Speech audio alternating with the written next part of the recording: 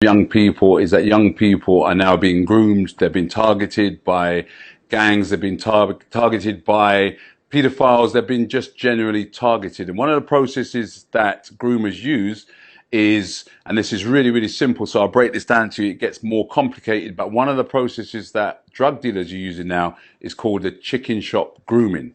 And what that means is that they will wait outside schools and find out who goes to the chicken shop. Now, this is the important part. You remember your parents, as parents used to tell you that nothing in life is free. And it's absolutely right. There's nothing in life that's free, because these groomers will buy your children food.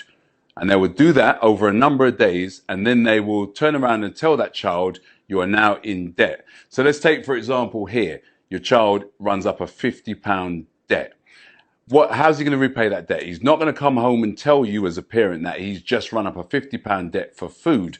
So what he does is he looks at that £50 debt and he says to himself, how am I going to repay that? Now, this is where the dealer and the grooming comes in.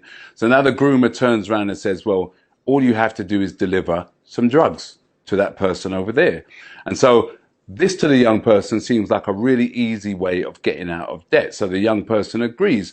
But the problem is this, is that dealer is organized for that young person to be robbed whilst delivering those drugs. So now you've got a £50 debt, which has now turned into an almost £500 or £600 debt here. So now your child is £600 in debt. Your child is definitely not going to come home and tell you anything. Now the groomer's job is halfway done. So here's the other thing. So now, how do you get out of a £550 debt as a young person? You go back to the person who you trust, the person that groomed you, and you ask if they have solutions. And obviously they're going to have a solution. So the solution is this. Why don't you deliver some more drugs to cover the money you've initially were in debt for, the money you lost, and also the money that you can make from these drugs. So now your child is thinking, all I want to do with my life is repay these people, because I don't know how I got into this problem, but I just want to repay the debt. So your child now accepts to do another drug deal, and then your child is robbed again. So now your child's got the debt's gone from £50 to £550, and now your child could be thousands of pounds in debt in a number of weeks. So here's where the bigger problem comes now. So now your child is in thousands of pounds of debt. And we're seeing up and down the country that children are going missing. You know, children are going missing for 2 or 3 weeks. We suspect that they are in cuckoo houses or crack houses selling drugs to pay off debts. So now your child is in thousands of pounds debts.